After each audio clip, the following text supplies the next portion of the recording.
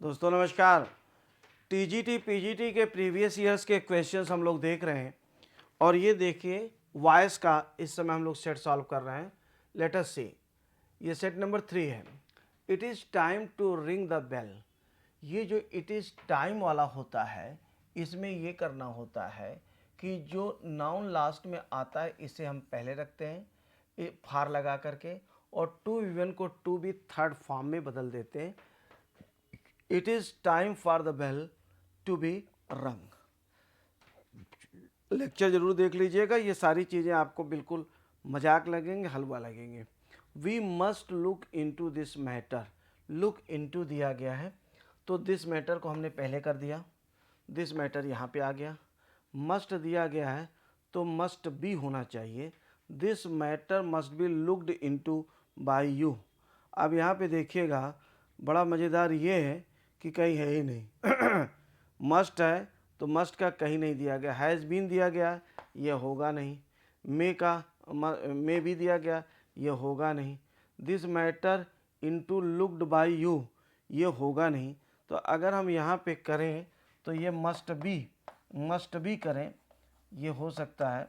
यहाँ पे must be, this matter must be looked into, ये होता तब तो समझ में आता, लेकिन इनटू लुक्ड ये होगा नहीं।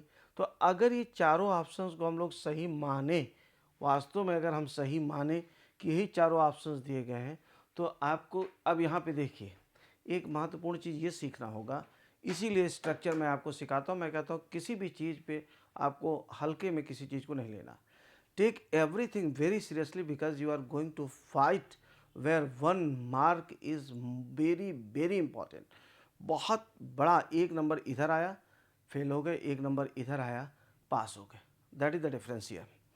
तो आपने अगर शुड फैमिली पढ़ा है तो शुड, आर टू और मस्ट ना प्लस चाहिए, हिंदी में आता है शुड, आर टू और मस्ट। तो अब शुड जो होता है और शुड फैमिली का ही मस्ट है। तो अगर हम इस आंसर को, ये ऑप्शन हम सही माने कि सही है, टाइपिंग मिस्टेक ना ही नहीं है, तो आप ये ध्यान रखिएगा कि फिर हमारा आंसर क्या होगा, सी होगा। और अगर आपको स्ट्रक्चर का ज्ञान नहीं है तो आप यकीन मानिएगा तब नहीं कर पाएंगे, तब कंफ्यूज हो जाएंगे। स्ट्रक्चर का ज्ञान है तो कर ले जाएंगे। दार्जिलिंग ग्रोज टी, टी है, टी यहाँ पे आ गई। प्रेजेंट इंडेफिनिट है, इज हो जाएगा। ग्रो की थर्ड फॉर्म ग्रोन हो जाएगी। T is grown in Darjeeling. The people will elect him president. अब हिम का ही हो गया, ही हो गया। विल है, विल भी हो जाएगा। इलेक्ट का इलेक्टेड हो जाएगा। प्रेसिडेंट का प्रेसिडेंट हो गया। By the people, he will be elected president by the people. अब देखिए ये आरपीएस पीजीटी में क्वेश्चन, पीजीटी का गौर करेंगे, पीजीटी का क्वेश्चन आया हुआ है, लेकिन कॉन्सेप्ट की क्लैरिटी, एवरीथिंग इज क्लियर, मज़ा आ जाएगा आपको। यहाँ पे बाय द पीपल इन्होंने दिया था। पीछे वाले क्वेश्चन जो आंसर हम लोग सेट नंबर 1 में किए हुए थे उसमें बाय द पीपल नहीं दिया गया था। ठीक है, तो डिफरेंस देखते चलिएगा। और आगे देखिए, सम्मन द फायर ब्रिगेड। सम्मन माने बुलाना, ये आपका summon the fire brigade, summon verb है। जब वर्ब की फर्स्ट फॉर्म आती है दैट इज इम्परेटिव। अगर इम्परेटिव आया है तो let the fire brigade be summoned. जब ये हम लोगों का इम्परेटिव में हम लोगों ने सीखा हुआ इस चीज़ को कि इम्परेटिव अगर आर्डर है तो लेट का प्रयोग होगा, अगर रिक्वेस्ट होता तो यू आर रिक्वेस्टेड होता, और अगर ये आपका एडवाइस होता तो शुड बी का भी प्रयोग होता। तो यहाँ पे हमारा let the fire brigade be summoned. Please walk on the, बात देखिए आ गया, प्लीज़ आ गया। प्लीज़ अगर आ गया है तो सीधी सी बात है, अभी मैंने उसकी चर्चा कर रहा था, you are requested. Question number 27, who taught you English. किसने आपको इंग्लिश पढ़ाया। Now this is the sentence, who taught you English. Now see, who taught you English, who taught you English. इसे मैंने अपने लेक्चर में विधिवत पढ़ाया हुआ है। और चैलेंज या ये सब चीज़ें तो व्यक्तित्व को शोभा नहीं देती हैं, स्पेशली टीचर के, लेकिन मैं आपको अश्योर करता हूँ कि आप मेरा लेक्चर देखने के बाद 20 साल का क्वेश्चन इवन CGL का उठा करके देखिए, बैंक PO का उठा कर देखिए, TGT PGT जहाँ पर भी पूछा गया आपको बहुत अच्छा लगेगा, बड़ा कॉन्फिडेंस फील होगा। देखिए, who taught you English, who का हमने बाय हुम कर दिया, बाय हुम हो गया। इंग्लिश चाहे आप चाहे यू लिखें, दोनों में से किसी को भी, ये दोनों ऑब्जेक्ट हैं, ऑब्जेक्ट दोनों हो गए, तो दोनों तरह से आप लिख सकते हैं, ठीक है। इनडायरेक्ट ऑब्जेक्ट है, डायरेक्ट ऑब्जेक्ट है, तो यू को हमने ले लिया, पास्ट इंडेफिनिट है, वर हो गया, टीच का थर्ड फॉर्म टाट हो गया। अब ये अगर आपने यू को लिया है तो इंग्लिश अपना यहाँ पर पढ़ा है, यू वर टाट इंग्लिश बाय होम।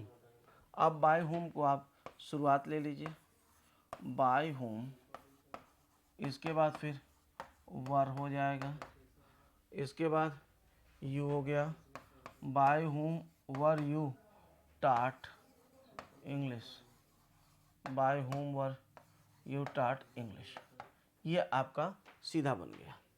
तो अब इसमें देखिएगा कौन सा ऑप्शन है आपको, bye whom were you taught English. दोस्तों अगर यहाँ पर इंग्लिश को हम पहले ले लेते हैं, by whom English, by whom was English taught to you, तब अगर आपको टाट पहले, वो इंग्लिश पहले लिखते तो टाट टू यू का प्रयोग करना होता। इसको भी साथ में सीख लीजिएगा, who taught you English, right, अच्छी बात है। अच्छा, next question, one should keep once promises, ये RPSC में PGT में आया, सब ये PGT के क्वेश्चन है। One should keep once promises, अब यानी वंस प्रोमिसेस को हम पहले ले लेते हैं, once promises should be kept, ये हमारा सेंटेंस होगा। वन शुड कीप, तो अगर शुड दिया गया है तो पक्की सी बात है कि शुड बी ही होगा। अगर शुड बी ही होगा तो शुड बी केवल आपका यहाँ पे C में दिया गया, आपने टिक किया, आंसर आगे बढ़े। ध्यान दीजिएगा, फिर आगे क्या है, which of the following sentences in passive voice, इनमें से कौन पैसिव वॉइस है। I want to purchase a plot here, no. See no swimming, no. You can not compete in this garden, no. ये हो गया आपका सी वाज अवॉर्डेड। एक line में आप पैसिव वॉइस सीखेंगे कि पैसिव वॉइस और एक्टिव वॉइस के सेंटेंसेस को हम कैसे समझते हैं। कुछ भी नहीं करना है, is, am, are, was, were, be, being, been plus third form is equal to passive voice.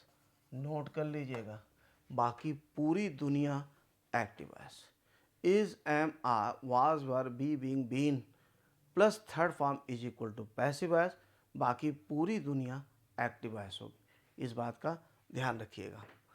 दोस्तों बिगुल बज गया है, युद्ध का आरंभ मिस तैयारी शुरू हो गई है। जरा सा अगर आप ढीले पड़े, बाजी आपके हाथ से निकल जाएगी।